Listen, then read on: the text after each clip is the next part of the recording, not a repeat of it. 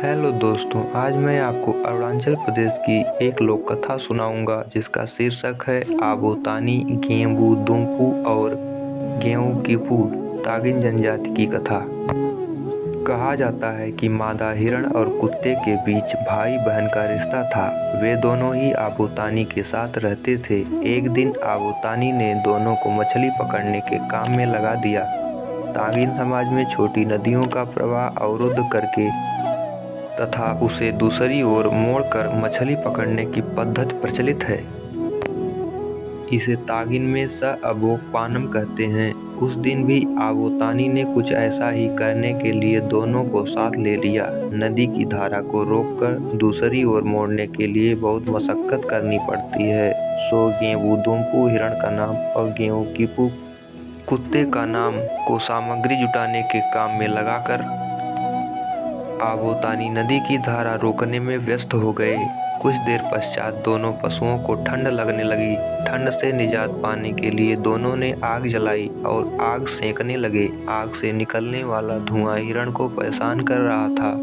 धुएं से बचने के लिए उसने अपना मुंह एक ओर फेर लिया। इतने में आबोतानी नदी से बाहर आए।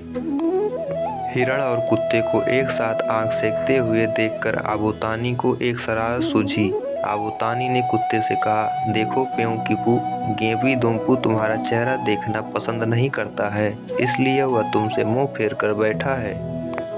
आबोतानी की बात सुनकर गेहूं कीपू को बहुत गुस्सा आया कि आखिर हिरण को उसकी शक्ल से क्यों नफरत है। गुस्से में आकर उसने बहुत जोर से हिरण पर भौंकना शुरू किया।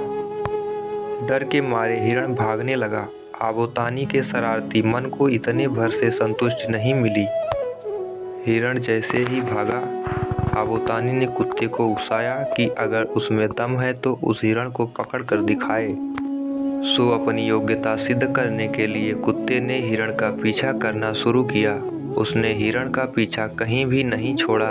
उसी से तागिन समाज में यह प्रचलन आरंभ हुआ कि जब भी हिरण के शिकार के लिए जाते हैं तो कुत्तों को भी साथ लेकर चलते हैं। इसे तागिन में किरोक रोकनाम कहते हैं, अर्थात कुत्तों के सहारे हिरण का शिकार करना। कुत्ते से पीछा छुड़ाने के लिए हिरण ने बड़े से बड़े पहाड़ों को लांघा, विशाल नदियों को पार किया, परंतु गेहूं कीपू तो हाथ धोकर उसके पीछे पड़ गया था, क्योंकि उसके मालिक ने आदेश जो दे दिया था। भागते भागते हिरण दारी दागू नामक स्थान पर पहुंचा। दारी दागू एक दैविक स्थान है जो अनाज की उत्पत्ति का स्रोत है। उस जगह का संरक्षण दारी तामी किया करती थी।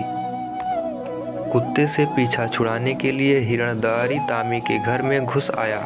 घर के अंदर दारी तामी ने अति चावल का घोल, जिसे घंटों तक पानी में भिगोकर फिर ओखली में कूटा जाता है, बनाकर रखा था। तेजी से भागकर आए हिरण ने उस अति के ऊपर छलांग लगा दी। अति के ऊपर जोर से पैर पड़ने से अति के छींटे उसके पैर और छाती पर फैल गए। ऐसा माना जाता है कि उसी अति के लगने के कारण हिरण के पैर का निचला हिस्सा और छाती सफेद रंग के होते हैं, क्योंकि अति का रंग भी सफेद होता है। हिरण का पीछा करते करते कुत्ते ने जब दारी तामी के घर में प्रवेश किया तो दारी तामी ने उसे पकड़ लिया और बंधक बना लिया। तागिन समाज में लप्या नामक एक क्रूर प्रथा प्रचलित थी, जिसमें लकड़ी के टुकड़े में छेद करके एक पैर को उसमें फंसाया जाता है। यह प्रथा विशेषकर स्त्रियों के लिए प्रचलित थी। दारी तामी ने भी गेहूं कीपी को लप्या नामक बेड़ी में बांध कर रखा। बंधक बनाने के अतिरिक्त घर की निगरानी की जिम्मेदारी भी उसे सौंप दी। अब गेहूं कीपू का मुख्य काम यह था कि प्रतिदिन धूप में सुखाए जाने वाले धान को चिड़ियों के हमले से बचाना और घर की देखभाल करना। लेकिन एक दिन गेहूं कीपू को उस लप्या से छुटकारा मिल गया और दारी तामी के घर से भागने का मौका भी मिल गया। दारी तामी के घर से भागने से पहले गेहूं कीपू ने सोचा कि अपने मालिक आबोतानी के लिए क्या ले जाऊं। बहुत सोचने के बाद वह इस निष्कर्ष पर पहुंचा कि जिस अनाज की वह निगरानी कर रहा था, क्यों न वही ले जाए। सो अपने दोनों कानों के भीतरी हिस्सों में अनाज का एक एक दाना छिपाकर वह वहां से भाग गया। आज भी यदि ध्यान से देखें तो कुत्तों के दोनों कानों के भीतरी हिस्सों में एक छोटी सी गांठ जैसी बनी हुई प्रतीत होती है।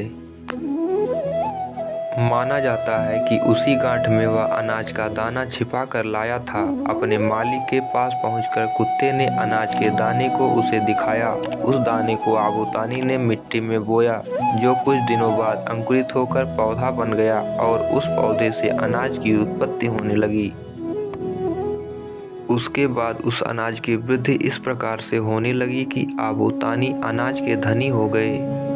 ऐसा माना जाता है कि उसी घटना से मानव जाति को अनाज वरदान स्वरूप प्राप्त हुआ है, जिसका सेवन आज भी मानव जाति करती है। और उसी घटना के कारण तागिन लोगों के सबसे करीबी और प्रिय पालतू पशु का स्थान कुत्ते को प्राप्त है। इसलिए उसे इंसानों के समान घर में पाला जाता है और खूब खाना खिलाया जाता है। तागिन लोगों में ऐसी मान्यता है कि आज हम जिस चावल का नित्य सेवन करते हैं वह कुत्ते द्वारा ही लाया गया था।